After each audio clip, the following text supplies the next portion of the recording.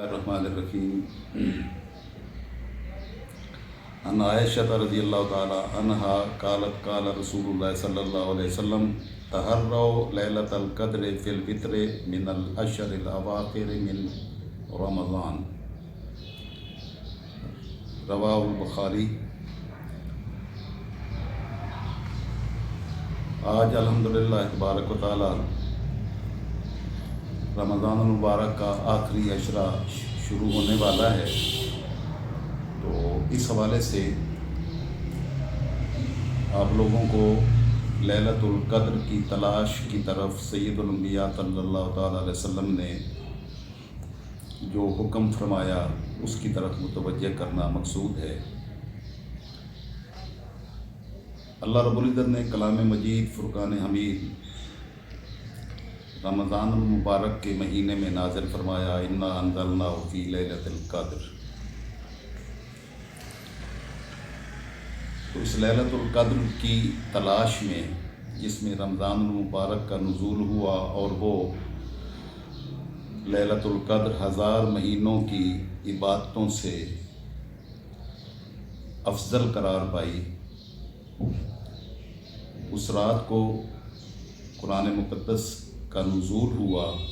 تو اس کی وجہ سے اس کو اللہ رب العزت نے 1000 مہینوں کی عبادتوں سے افضل قرار دیا ایک رات کو۔ سید الانبیاء صلی اللہ تعالی وسلم کے صدقے میں اس امت پر اللہ پاک نے خاص احسانات فرمائے، اور ان رحمتوں کا اظہار تھوڑے سے عمل کے نتیجے میں بہت زیادہ اپنی رحمتوں سے نوازنا تھا۔ تو ایک رات کی عبادت کو 1000 مہینوں کی عبادت سے افضل بنا دیا۔ اس امت پر آقا علیہ السلام کے صدقے میں یہ احسان فرمایا۔ اب تاجدار کائنات صلی اللہ تعالی وسلم نے امت کو سبق سکھاتے ہوئے خود بھی اس لیلۃ القدر کی تلاش میں پوری کوشش فرمائی۔ آپ نے اپنی امت کو بھی اس لیلۃ القدر کی تلاش کی ترغیب دی اور حکم دیا۔ یہ بخاری شریف کی روایت میں نے ام المومنین سیدہ عائشہ صدیقہ رضی اللہ تعالی عنہا سے جو مروی ہے وہ بیان کی ہے کہ تاجدار کائنات صلی اللہ تعالی وسلم نے فرمایا کہ لیلۃ القدر کی تلاش کرو، اور وہ رمضان المبارک کے آخری عشرہ کی تاک راتوں میں تلاش کرو۔ تو پہلے صرف رمضان المبارک میں اس کی تعیین کی گئی کہ رمضان المبارک میں وہ رات آتی ہے، تو تاجدار کائنات صلی اللہ تعالی وسلم اس رات کی تلاش میں ہی اعتکاف بیٹھتے۔ حضرت ابو سعید خدری رضی اللہ تعالیٰ عنہ روایت کرتے ہیں ان رسول اللہ صلی اللہ علیہ وسلم اعتکف العشر الاول من رمضان، کہ اسی لیلۃ القدر کی تلاش میں تاجدار کائنات صلی اللہ تعالی وسلم نے رمضان المبارک کے پہلے عشرہ میں اعتکاف فرمایا۔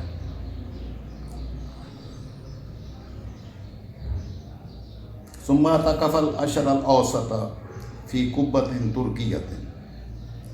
پھر تاجدار کائنات صلی اللہ تعالی وسلم نے دوسرے عشرہ میں اعتکاف فرمایا۔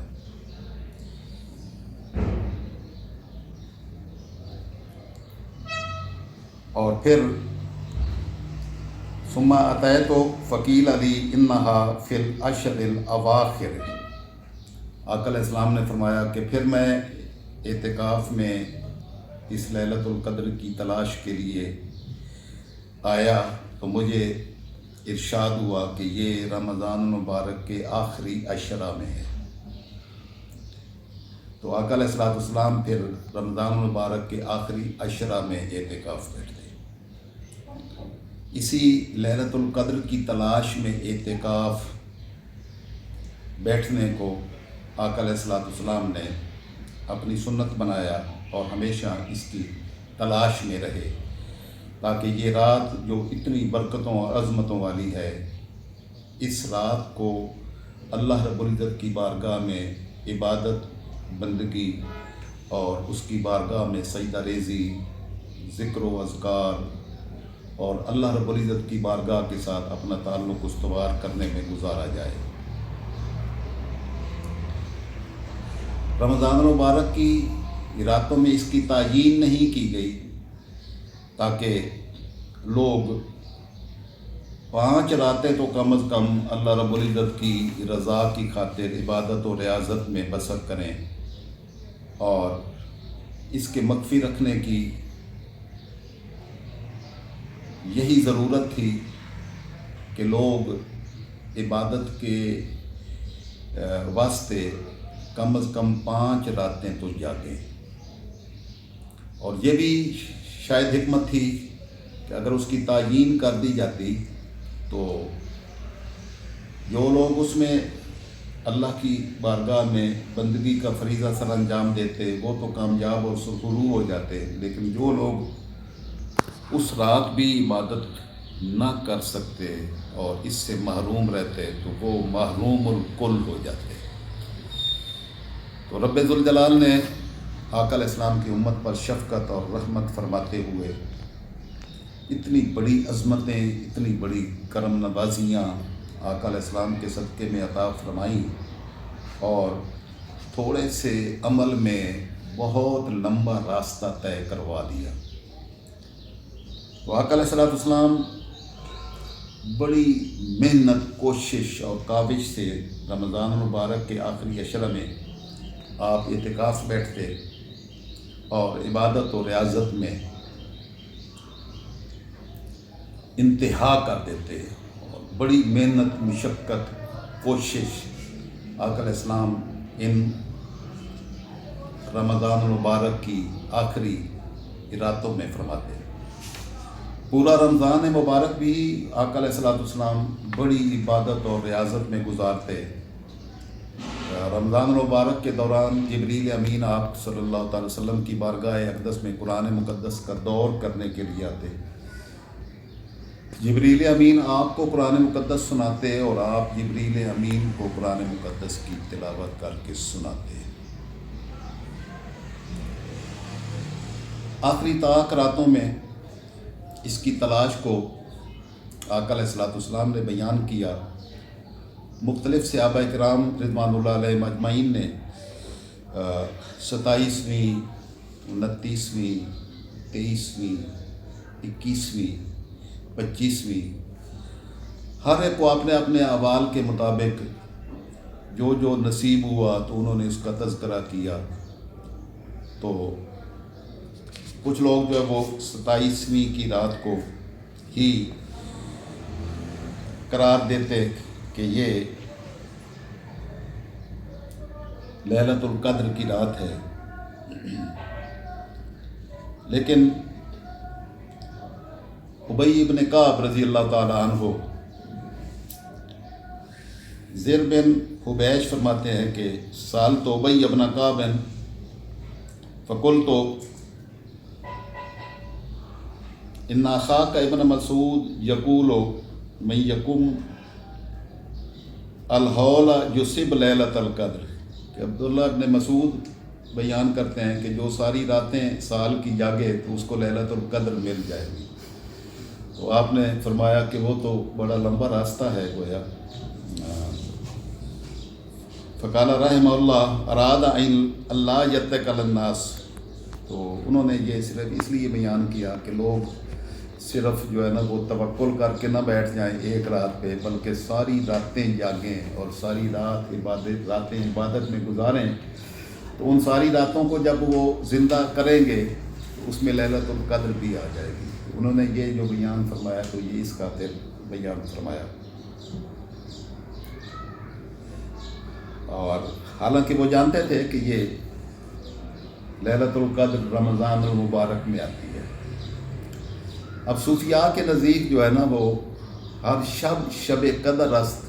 گر قدر بدانی، اگر راتوں کی قدر معلوم ہو جائے تو ہر شب ہی شب قدر بن جاتی ہے۔ یعنی اخلاص و للہیت کی کیفیات اگر نصیب ہو جائیں تو جو رحمت مالک الملک اپنے محبوب کے صدقے میں اس رات کو عطا فرماتا ہے، وہی آقا علیہ السلام کے صدقے میں اخلاص نیت اور حسن طلب نصیب ہو جائے تو ہر رات ہی لیلۃ القدر بن جاتی ہے۔ یعنی مخلص ہونا اور حسن طلب کا حامل ہونا اصل اس میں بات ہے۔ تو جو بھی حسن طلب کا مالک ہوتا ہے اس کو اللہ کی عطائیں اسی طرح بے شمار نصیب ہوتی ہیں جیسے لیلۃ القدر میں مومنین کو اللہ رب العزت اپنی رحمتوں اور اپنی کرم نوازیوں سے نوازتا ہے۔ تاجدار کائنات صلی اللہ تعالی وسلم نے اپنی امت کے لیے اللہ کی رضا میں محنت کرنے اور کوشش کرنے پر لگایا ہے تاکہ دنیا اور آخرت کی ساری کامیابیاں امت کے ہر فرد کو نصیب ہوں۔ ام المومنین سیدہ عائشہ صدیقہ رضی اللہ تعالی عنہ نے ایک بیان فرمایا کہ میں نے آقا علیہ السلام سے عرض کی کہ یا رسول اللہ صلی اللہ علیہ وسلم، اگر مجھے یہ رات نصیب ہو جائے تو پھر میں اللہ کی بارگاہ میں اس رات میں کیا مانگوں؟ تو تاجدار کائنات صلی اللہ تعالی وسلم نے ام المومنین سیدہ عائشہ صدیقہ رضی اللہ تعالی عنہ سے ارشاد فرمایا، جس کو امام احمد ابن حنبل، ابن ماجہ اور امام ترمذی نے بیان کیا۔ تو آقا علیہ السلام نے فرمایا قولی اللہم انک عفو تحب العفو فاعف عنی۔ تو آپ صلی اللہ تعالی وسلم نے فرمایا ام المومنین سیدہ عائشہ صدیقہ رضی اللہ تعالی عنہ کو کہ آپ اس رات میں یہ دعا کریں کہ باری تعالیٰ تو معاف فرمانے والا ہے، عفو درگزر فرمانے والا ہے، عافیت دینے والا ہے، اور تحب العفو اور معاف کرنے کو، معافی دینے کو، عافیت دینے کو تو پسند فرماتا ہے، تو فاعف عنی تو مجھ سے درگزر فرما، میری غلطیوں کو درگزر فرما کر مجھے عافیت اور عفو عطا فرما دے۔ تو عافیت دنیا کائنات کی ساری نعمتوں کی طلب کا نام ہے، اور مالک الملک جب عافیت دے دے اس میں سب کچھ آ جاتا ہے۔ تو آقا علیہ السلام نے ایسی جامع دعا ام المومنین سیدہ عائشہ صدیقہ رضی اللہ تعالی عنہ کو عطا کی کہ اب اللہ کی عافیت جب مانگ لی، تجھ سے تجھی کو مانگ کر لی ساری کائنات،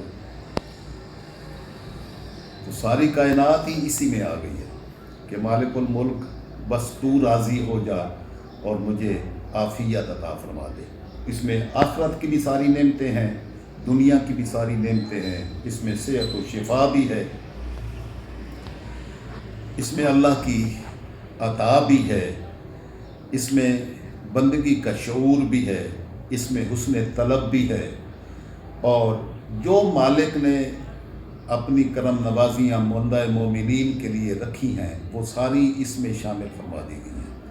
تو آقا علیہ السلام کی بارگاہ میں جب ام المومنین نے سوال کیا تو آپ نے یہ جامع دعا ان کو عطا فرمائی۔ تو جو بھی معتکفین ہوں وہ حضور صلی اللہ علیہ وسلم کی ساری امت کے لیے عفو و عافیت اللہ کی بارگاہ میں مانگیں کہ مالک الملک حضور صلی اللہ علیہ وسلم کی ساری امت پر اپنا خصوصی لطف و کرم فرمائے، اور اس رات کے صدقے میں رمضان مبارک کی برکت گھڑیوں کے صدقے میں امت مسلمہ پر اپنا خصوصی لطف و کرم اور فضل و احسان فرمائے، اور پوری امت مسلمہ کو عافیت عطا فرمائے، اور دنیا اور آخرت میں ساری نعمتیں اپنے فضل و کرم اور اپنی رحمتوں سے آقا علیہ السلام کے صدقے میں امت کو عطا فرمائے، اور جن معاشرتی اقدار جو ختم ہو رہی ہیں مالک الملک وہ پھر امت میں واپس پیدا فرمائے، اور ہمیں صراط مستقیم پر چلا کر تاجدار کائنات صلی اللہ تعالی وسلم کی نسبت کے صدقے میں دنیا و آخرت کی کامیابیوں سے ہم کنار فرمائے۔ والسلام علیکم ورحمۃ اللہ وبرکاتہ۔